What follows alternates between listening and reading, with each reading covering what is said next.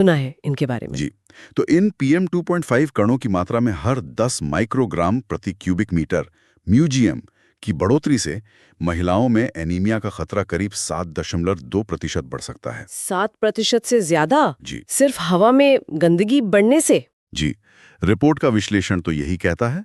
ये अभी शुरुआती नतीजे हैं, पर ये एक नई दिशा जरूर दिखाते हैं। हाँ, तो क्या इसका मतलब ये हुआ कि अगर हवा साफ हो जाए तो एनीमिया भी कम हो सकता है? रिपोर्ट का अनुमान तो कुछ ऐसा ही है। हम्म। वो कहते हैं कि अगर भारत सरकार अपने राष्ट्रीय स्वच्छ वायु कार्यक्रम के जो लक्ष्य हैं, उन्हें हासिल कर ले, हाँ। तो महिलाओं में एनीमिया की दर, जो अभी करीब 53% के आसपास है, वो घटकर लगभग 39.5% तक आ सकती है। 13-14% की गिरावट सिर्फ हवा साफ होने से? हाँ, ये एक बहुत बड़ा संभावित फायदा हो सकता है प्रदूषण कम करने का।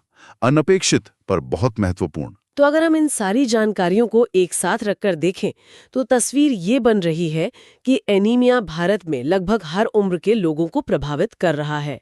खासकर छोटे बच्चों, किशोरों और गर्भवती महिलाओं को तो बहुत बुरी तरह से। बिल्कुल। और इसके पीछे पोषण की कमी, साफ सफाई, माँ की शिक्षा का स्तर, गरीबी, ये सब तो है ही।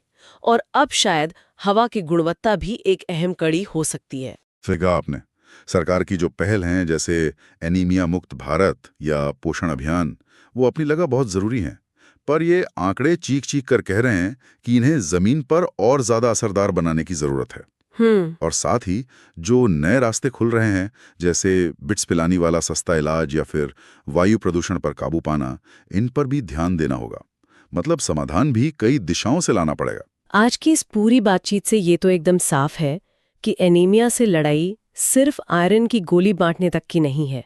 ये तो एक बहुत बड़ी बहुआयामी लड़ाई है, जिसमें पोषण, सफाई, शिक्षा, स्वास्थ्य सेवाओं तक पहुंच और शायद, जैसा कि अब पता चल रहा है, साफ हवा भी शामिल है। बिल्कुल।